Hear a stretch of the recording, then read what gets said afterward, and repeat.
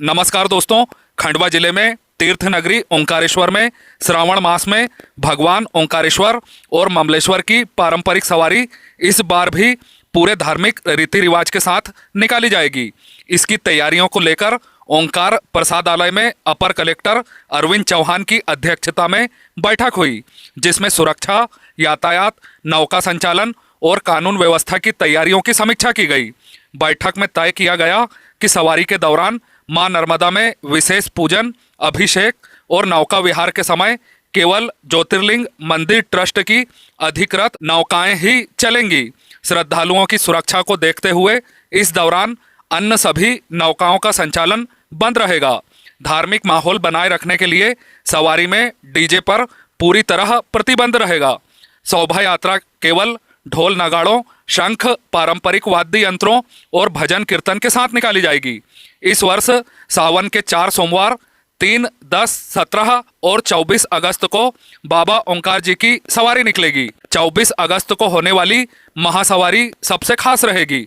इसमें ऊंट, घोड़े, सजी हुई पालकियां, धार्मिक झांकियां, संत मंडलों की भागीदारी और पारंपरिक प्रस्तुतियां आकर्षण का केंद्र होंगी। बैठक में यह भी निर्णय लिया गया कि छठे सोमवार को भगवान ओंकारेश्वर को ओंकार पर्वत की परिक्रमा कराई जाएगी।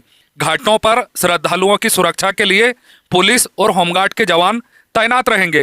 बैठक में मंदिर ट्रस्ट के प्रबंधक एसडीओपी मनोहर सिंह गौली, थाना प्रभारी अनोख सिंह सिंधिया, नायब तहसीलदार उदय मंडलोई सहित कई अधिकारी और नगर के नागरिक मौजूद रहे। जो है लोगों को सुना गया, उनका जो है अभिमत, उनके विचार भी सुने गए और उनका हम लोग पालन करेंगे।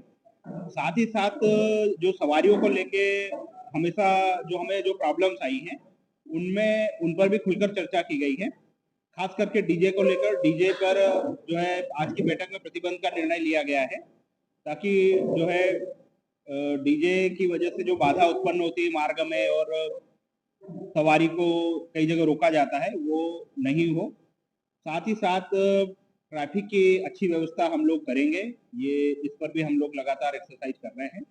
दर्शन भी इस पीरियड में लगातार अच्छे होंगे और दर्शन अच्छे करने के लिए हम लोगों ने अभी 2 दिन पूर्व से ही कार्रवाई शुरू कर दी है। आप लोगों को विदित होगा कि जो है चांदी गेट से अभी बहुत सुगम रूप से दर्शन हो रहे हैं और प्रत्येक मिनट में हम लोग 65 से लगाकर 70 व्यक्ति को आसानी से बिना किसी धक्का मुक्की के दर्शन करा दे रहे हैं और श्रद्धालुओं का फीडबैक भी है कि बहुत अच्छे से दर्शन हो रहे हैं। आने वाले दिनों में भी श्रद्धालुओं को कोई दिक्कत नहीं होगी।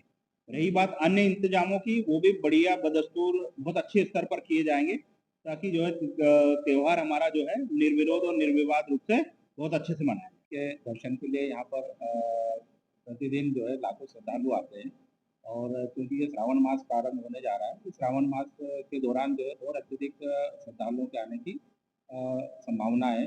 इसको दृष्टिगत रखते हुए हम लोग पर्याप्त पार्किंग की व्यवस्थाएं हम लोग सुनिश्चित कर रहे हैं, ताकि अधिक से अधिक वाहनों की पार्किंग अच्छे से हो जाए और श्रद्धालुओं को किसी प्रकार की दिक्कत नहीं हो। साथ ही श्रद्धालुओं के मंदिर दर्शन के लिए भी जो समुचित व्यवस्थाएं प्रशासन के द्वारा और ट्रस्ट के द्वारा, पुलिस प्रशासन के द्वारा जो सुनिश्चित कराई जा रही है, उसको लेके हम लोग जो है दर्शन अच्छे से श्रद्धालुओं को हो, इसके लिए वन वे व्यवस्थाएं हम लोग सुनिश्चित करेंगे, ताकि जो है पुराना झूला पुल से दर्शन के लिए श्रद्धालु आगे बढ़ेंगे और साथ ही जो है दर्शन करके वापस नया झूला पुल से दर्शन करके आपका स्काई ब्रिज से होते हुए वापस जो है जेपी चौक पर पहुंचेंगे, जहाँ पर जूता स्टैंड वगैरह की व्यवस्थाएं रखी गई है। इससे श्रद्धालुओं को किसी प्रकार से अनावश्यक परेशान नहीं होना पड़ेगा और साथ ही अच्छे से उनको दर्शन करके अपने गंतव्य को ओर जाए, ऐसी व्यवस्थाएं सुनिश्चित की गई है।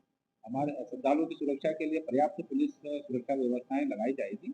इसके अलावा जो प्रत्येक सोमवार को जो हमारे मुख्य मंदिर और ममलेश्वर मंदिर की जो सवारी निकलती है और उनमें नौका विहार के लिए जो होता है, उसमें जो नावें होती है वो निर्धारित नावें रहेगी।